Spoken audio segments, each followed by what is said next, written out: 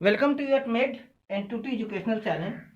Dear students, reproductive organ हम लोग पढ़ रहे हैं और रिप्रोडक्टिव ऑर्गन में आगे आपने सुना होगा कि मेल रिप्रोडक्टिव ऑर्गन में यूरिन और सीमेन दोनों का इजैकुलेटरी ऑर्गन एक ही है। सेमी ऑर्गन से, यानी अगर पेनिस की बात करते हैं, पेनिस क्या है? तो penis is excretory come copulatory organ. Penis excretory come copulatory organ. Penis ऐसा ऑर्गन है जिनसे यूरिन भी बाहर आता है और सीमेन भी बाहर आता है। अब प्रश्न ये, कभी आपने सोचा है कि ऐसा कौन सा फिजियोलॉजी है कि दोनों साथ साथ रिलीज नहीं होता है? कॉपुलेशन के दौरान यूरिन बाहर नहीं आ सकता पेनिस से। कॉपुलेशन के दौरान जब रिलीज होगा तो सेमिनल फ्लूइड ही रिलीज होगा, सीमेन ही आएगा। क्यों? कौन कंट्रोल करता है? और ऐसा कैसे पॉसिबल है? अगर यूरेथ्रा भी उसी में है और सेमिनल वेसिकल्स भी उसी में है, तो दोनों को एक्सीडेंटली भी साथ आ जाना चाहिए, बट ऐसा नहीं होता। तो ऐसा इसलिए है कि प्रोस्टेट ग्लैंड ठीक इपीग्लॉटिस की तरह एक्ट करता है। जैसे इपीग्लॉटिस जब खाते हैं तो क्या होता है कि जब हम कुछ स्वैलो कर रहे होते हैं तो उस समय ट्रैकिया बंद हो जाता है। ट्रैकिया बंद होता है कि उसमें जाए नहीं। उसी तरह से जब मेल सेक्स करता है तो उस समय प्रोस्टेट ग्लैंड यूरेथ्रा को बंद कर देता है। ब्लैडर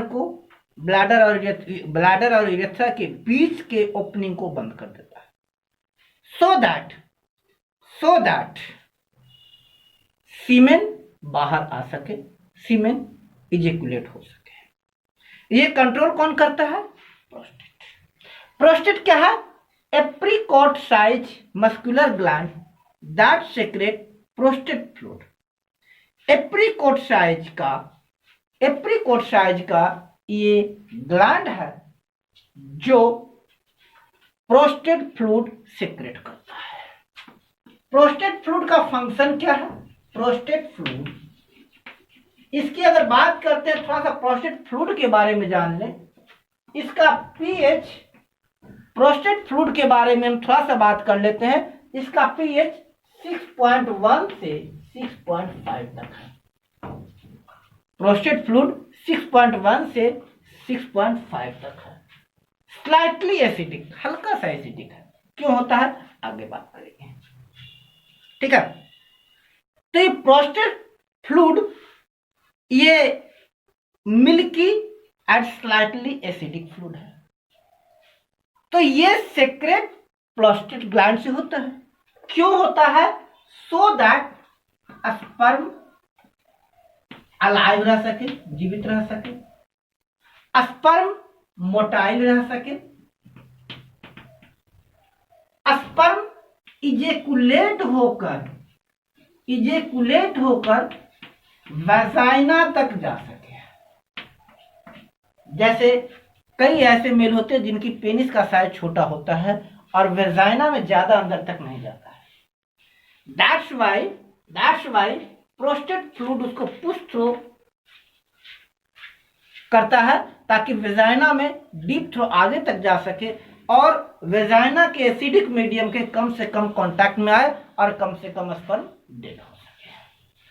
तो ये कह रहे हैं क्या कि ये स्पर्म को अलाइव और मोटाइल रख सके, साथ ही साथ ये स्पर्म के जेनेटिक सीक्वेंस को डिस्ट्रॉय होने से बचाए, उसका जेनेटिक सीक्वेंस सुरक्षित रह सके। ये काम प्रोस्टेट फ्लूइड का देखने में, कहने में तो बहुत सिंपल सा चीज है, लेकिन बहुत मेजर रोल प्ले करता है। आपके स्पर्म में जेनेटिक कोड सुरक्षित रह सके, जेनेटिक कोड डिस्ट्रॉय ना हो सके, जेनेटिक कोड पर किसी हार्मोनल इफेक्ट ना पड़ सके, ये सब इंश्योर कौन करता है? Prostate fluid. अब प्रोस्टेट ग्लैंड की अगर बात करते हैं तो इसकी साइज होती है 3 centimetre by 3 centimetre by 5 centimetre, 5 centimetre. ये प्रोस्टेट फ्लूइड होता है, पूरा लंबा चौड़ा ये होता है इसमें। इसकी अगर वेट की बात करते हैं तो अबाउट 30 ग्राम का प्रोस्टेट ग्लैंड होता है। प्रोस्टेट ग्लैंड का वेट 30 ग्राम है और प्रोस्टेट ग्लैंड की वॉल्यूम 25 ml। प्रोस्टेट ग्लैंड में 25 ml prostate fluid secret store रहता है। अब इसमें है कि प्रोस्टेट फ्लूइड यानी प्रोस्टेट फ्लूइड की क्वालिटी,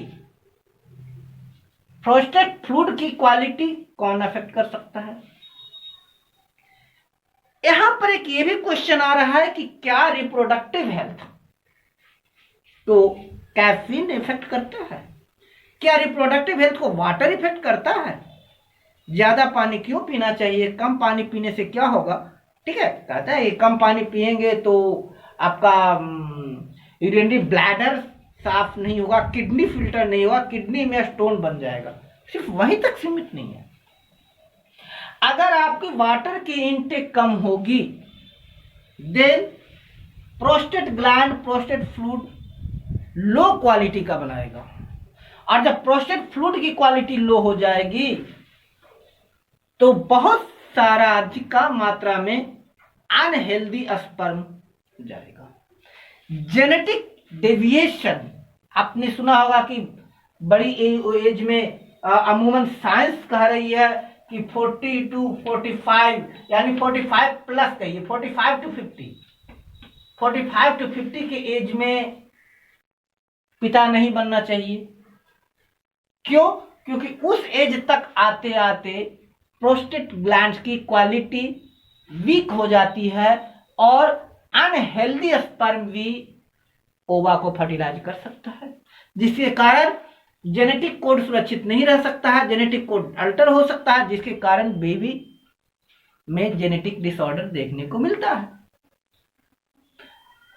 तो उसमें इसकी पॉसिबिलिटी यही होती है कि हमारी जो हैबिट्स है, कैफीन लेना, ज्यादा मात्रा में कैफीन, 1-2 कप कॉफी ठीक है, अब 8-10 कप कॉफी पी रहे हैं या चाय पी रहे हैं तो वो आपके प्रोस्टेट ग्लैंड को अफेक्ट करेगा, और प्रोस्टेट ग्लैंड को अफेक्ट करेगा तो उसका रिजल्ट क्या हो जाएगा?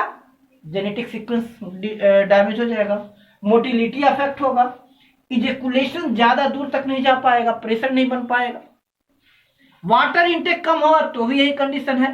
दैट्स वाई प्रोस्टेट को हेल्दी रखने के लिए यह आवश्यक है कैफीन का कम से कम सेवन करें, वाटर इंटेक बढ़ाएं।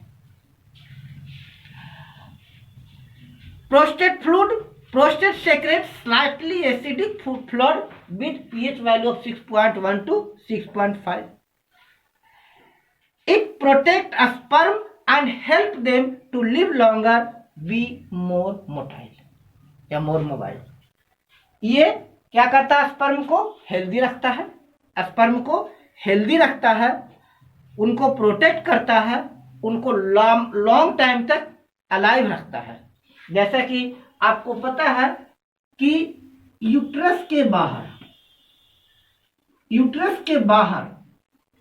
ये स्पर्म अबाउट 24 आवर तक जीवित रहेगा, बशर्ते कि उनमें प्रोस्टेट फ्लूइड हो, और यूट्रस में यानी फीमेल रिप्रोडक्टिव ऑर्गन में ये 24 to 48 आवर तक जीवित रहेगा। तो इसको न्यूट्रिएंट कौन देगा? इसको न्यूट्रिएंट प्रोवाइड कराएगा प्रोस्टेट ग्लैंड्स को जीवित रखने में हेल्प करता है, मोर मोबाइल बनाता है। इसकी नेचर की बात करते हैं तो प्रोस्टेट फ्लूइड मिल्की फ्लूइड होता है। प्रोस्टेट फ्लूइड मिल्की फ्लूइड है जो स्लाइटली एसिडिक होता है। इसमें एसिडिक क्यों होता है?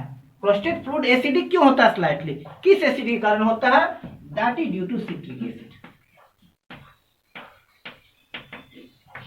प्रोस्टेट फ्लूइड में सिट्रिक एसिड पाया जाता है जो इसके नेचर को स्लाइटली एसिडिक बना देता है। साथ ही साथ इनमें citric acid, cholesterol, phospholipid, fibrinolysin, zinc acid etcetera इसमें पाया जाता है। इनमें हम दो तरह के और सब्सटेंसेस की बात करेंगे, कंपोजिशन की बात करेंगे। एक पीएसए। पीएसए क्या है? पीएसए और prostate specific antigen. prostate specific antigen is an antigen that make semen thicker। अच्छा, सीमेन थिक क्यों होगा? सीमेन थिकर, इसमें प्रोस्टेट में ही प्रोस्टेट स्पेसिफिक एंटीजन पाया जाता है जो सीमेन को थिक बना देता है। Help sperm to travel through vagina more easily, so that ज्यादा से ज्यादा थिक इसलिए होता है सो दैट ज्यादा से ज्यादा मात्रा में स्पर्म वेजाइना को क्रॉस कर सके। अब अगर वो थिक नहीं होगा, थिन फ्लूइड होगा, तो ज्यादा मात्रा में स्पर्म जो है डायरेक्ट वेजाइना के कांटेक्ट में आएगा, और चूंकि उनका मीडियम एसिडिक होता है, दैट्स वाई ज्यादा से ज्यादा मात्रा में वो डिस्ट्रॉय हो सकता है।